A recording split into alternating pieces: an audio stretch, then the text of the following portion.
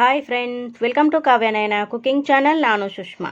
ಬನ್ನಿ ಇವತ್ತು ದಾಬಾ ಸ್ಟೈಲ್ ಆಲೂಗಡ್ಡೆ ಗ್ರೇವಿ ಯಾವ ಥರ ಮಾಡೋದು ಅಂತ ತುಂಬ ಸುಲಭವಾಗಿ ಮನೆಯಲ್ಲಿ ಅಂತ ತೋರಿಸ್ಕೊಡ್ತಾ ಇದ್ದೀನಿ.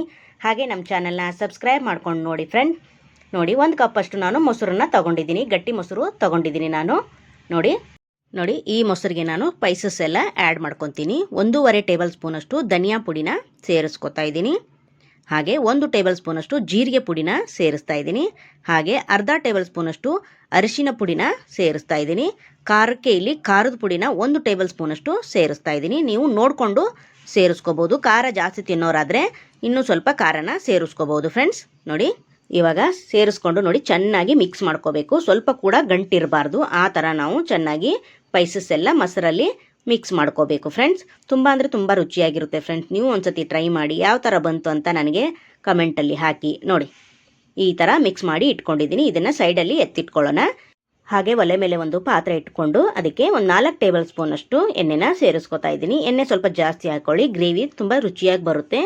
ಇಲ್ಲಿ 1 ಟೇಬಲ್ ಸ್ಪೂನಷ್ಟು ಜೀರಿಗೆ ಕೂಡ ಸೇರಿಸ್ಕೊತಾ ಇದ್ದೀನಿ. ಹಾಗೆ ಹಸಿರು ಮೆಣಸಿನ್ಕಾಯಿನ 1-2 ಚಿಕ್ಕದಾಗಿ ಕಟ್ ಮಾಡಿ ಅದನ್ನು ಕೂಡ ಸೇರಿಸ್ತಾ ಇದ್ದೀನಿ.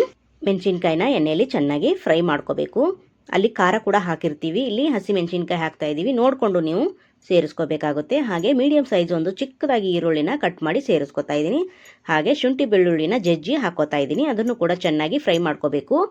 ನೋಡಿ, ಈರುಳ್ಳಿ ಕಲರು ಚೇಂಜ್ ಆಗಬೇಕು, ಅಲ್ಲಿವರೆಗೂ ಫ್ರೈ ಮಾಡ್ಕೋಬೇಕು. ಹಾಗೆ ಒಂದು ಅರ್ಧ ಟೇಬಲ್ ಸ್ಪೂನಷ್ಟು ಹಿಂಗಿನ ಪುಡಿನ ಸೇರಿಸ್ಕೊಂಡು ಮತ್ತೆ ಒಂದು ಸ್ವಲ್ಪ ಮಿಕ್ಸ್ ಮಾಡ್ಕೋತಾ ಇದ್ದೀನಿ. ಕಲರ್ ಚೇಂಜ್ ಆದಮೇಲೆ ನಾವು ಮೊಸರಲ್ಲಿ ಕಲಸಿ ಇಟ್ಕೊಂಡಿರೋ ಮಸಾಲೆ ಸ್ಪೈಸಸ್ ಎಲ್ಲ ಸೇರಿಸ್ಕೊತಾ ಇದ್ದೀನಿ. ನೋಡಿ, ಎಣ್ಣೆಯಲ್ಲಿ ಚೆನ್ನಾಗಿ ಫ್ರೈ ಮಾಡ್ಕೋಬೇಕು. ಹಸಿ ವಾಸನೆ ಎಲ್ಲ ಹೋಗಬೇಕು, ಅಲ್ಲಿವರೆಗೂ ನಾವು 1-2 ನಿಮಿಷ ಮಿಕ್ಸ್ ಮಾಡ್ಕೋಬೇಕು. ಅದೇ ಬಟ್ಟಲಿಗೆ ನಾನು ಒಂದು ಸ್ವಲ್ಪ ನೀರನ್ನು ಸೇರಿಸ್ಕೊಂಡು ಮತ್ತೆ ಹಾಕೋತಾ ಇದ್ದೀನಿ. ನೋಡಿ, ಸ್ವಲ್ಪ ಮಸಾಲೆ ತಳ ಹಿಡಿಬಾರ್ದು ಅಂತ ಸ್ವಲ್ಪ ನೀರನ್ನು ಸೇರಿಸ್ಕೊಂಡು ಹಾಗೆ ಉಪ್ಪನ್ನು ಕೂಡ ಸ್ವಲ್ಪ ಸೇರಿಸ್ಕೊಂಡು ಇವಾಗ ಕುದಿಯೋದಕ್ಕೆ ಬಿಡ್ತೀನಿ. ಸ್ವಲ್ಪ ಚೆನ್ನಾಗಿ ಸ್ಪೈಸಸ್ ಎಲ್ಲ ಹಸಿ ವಾಸನೆ ಹೋಗಬೇಕು. ನೋಡಿ, ಮಿಕ್ಸ್ ಮಾಡಿ ನಾನು 1-2 ನಿಮಿಷ ಕುದಿಯೋದಕ್ಕೆ ಬಿಡ್ತೀನಿ.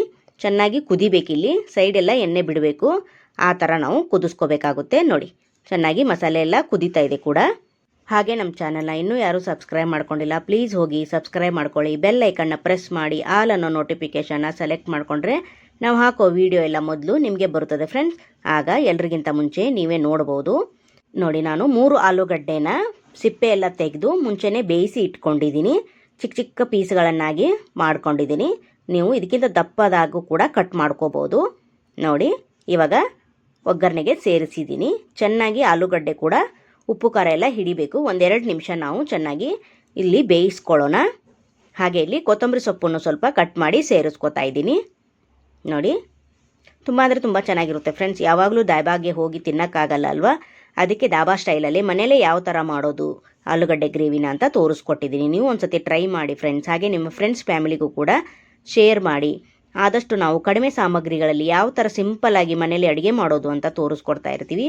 ಹಾಗಾಗಿ ನಮ್ಮ ಚಾನಲ್ನ ಸಬ್ಸ್ಕ್ರೈಬ್ ಮಾಡಿ ಸಪೋರ್ಟ್ ಮಾಡಿ ಫ್ರೆಂಡ್ಸ್.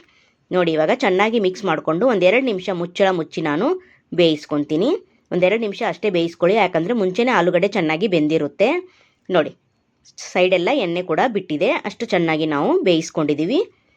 ತುಂಬ ಚೆನ್ನಾಗಿರುತ್ತೆ, ತುಂಬ ಟೇಸ್ಟಿಯಾಗಿ ಕೂಡ ನಮಗೆ ರೆಡಿ ಆಗುತ್ತೆ. ಹಾಗೆ ಗರಂ ಮಸಾಲ 1 ಟೇಬಲ್ ಸ್ಪೂನಷ್ಟು ಸೇರಿಸ್ಕೊಂಡು ಮತ್ತೆ ಒಂದು ಸತಿ ಮಿಕ್ಸ್ ಮಾಡ್ಕೋತಾ ಇದ್ದೀನಿ. ನೀವಿಲ್ಲಿ ಗ್ರೇವಿ ನಿಮಗೆ ಎಷ್ಟು ಬೇಕೋ ಅಷ್ಟು ನೋಡಿಕೊಂಡು ನೀರನ್ನು ಸೇರಿಸ್ಕೋಬೇಕಾಗುತ್ತೆ. ನಾನು 1 ಗ್ಲಾಸಷ್ಟು ನೀರನ್ನು ಸೇರಿಸ್ಕೊಂಡಿದ್ದೀನಿ. ನೀವು ನೋಡ್ಕೊಂಡು ಸೇರಿಸ್ಕೊಳ್ಳಿ. ಗ್ರೇವಿ ಸ್ವಲ್ಪ ತಿಕ್ಕಾಗಿ ಇರಬೇಕು, ಚೆನ್ನಾಗಿರುತ್ತೆ. ನೋಡಿ, ಚೆನ್ನಾಗಿ ಮಿಕ್ಸ್ ಮಾಡ್ಕೊಂಡಿದ್ದೀನಿ. ನೋಡಿ, ಇಷ್ಟು ಹದವಾಗಿ ಬಂದಿದೆ. ಇದು ಇನ್ನು ಕುದೀತಾ ಸ್ವಲ್ಪ ಗಟ್ಟಿ ಬಂದುಬಿಡುತ್ತೆ.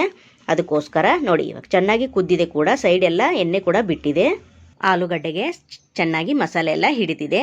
ನೋಡಿ, ಈ ಟೈಮಲ್ಲಿ ನೀವು ಉಪ್ಪು ಖಾರನ ಚೆಕ್ ಮಾಡ್ಕೋಬೋದು. ಇನ್ನೊಂದು ಸ್ವಲ್ಪ ಉಪ್ಪು ಏನಾದರೂ ಬೇಕಂದರೆ ನೀವು ಇಲ್ಲಿ ಹಾಕೋಬೋದು. ನೋಡಿ, ಲಾಸ್ಟಲ್ಲಿ ನಾನು ಕಸ್ತೂರಿ ಮೇಥಿನ ಹಾಕೋತಾ ಇದ್ದೀನಿ. ಕಸ್ತೂರಿ ಮೇಥಿ ಹಾಕೋದ್ರಿಂದ ತುಂಬ ಟೇಸ್ಟ್ ಕೊಡುತ್ತೆ. ನೋಡಿ, ಸೇಮ್ ನೀವು ದಾಬಾದಲ್ಲೇ ತಿಂತಾ ಇದ್ದೀರಾ ಅನ್ಬೇಕು, ಅಷ್ಟು ರುಚಿಯಾಗಿ ಈ ನಮ್ಮ ಆಲೂಗಡ್ಡೆ ಗ್ರೇವಿ ರೆಡಿ ಆಗುತ್ತೆ. ಚೆನ್ನಾಗಿ ಕುದ್ದಿದೆ ಕೂಡ. ಈಗ ಬೌಲ್ಗೆ ಸರ್ವ್ ಮಾಡ್ಕೊಳ್ಳೋಣ ಫ್ರೆಂಡ್ಸ್. ನೋಡಿ, ಸೂಪರಾಗಿ ಕಾಣಿಸ್ತಾ ಇದೆ. ರುಚಿ ಕೂಡ ಅಷ್ಟೇ ಚೆನ್ನಾಗಿದೆ ಫ್ರೆಂಡ್ಸ್. ನೀವು ಒಂದ್ಸತಿ ಟ್ರೈ ಮಾಡಲೇಬೇಕು, ನಿಮಗೆ ಗೊತ್ತಾಗುತ್ತೆ ಆವಾಗ ಅಷ್ಟು ರುಚಿಯಾಗಿ ಬಂದಿದೆ ಅಂತ. ನೋಡಿ, ಸೂಪರ್ ಅಲ್ವಾ, ಸೂಪರ್. ನೋಡೋಕ್ಕೆ ಇಷ್ಟು ಚಂದ ಕಾಣಿಸ್ತಾ ಇದೆ. ಟೇಸ್ಟು ಕೂಡ ಅಲ್ಟಿಮೇಟ್ ಫ್ರೆಂಡ್ಸ್. ನೀವು ದೋಸೆ ಜೊತೆಗೆ, ಅನ್ನದ ಜೊತೆಗೆ, ರೊಟ್ಟಿ ಜೊತೆಗೆ, ಮುದ್ದೆ ಜೊತೆಗೆ ಎಲ್ಲದ್ರ ಜೊತೆಗೆ ತಿನ್ಬೋದು. Super. Thank you for watching. ನಮಸ್ತೆ.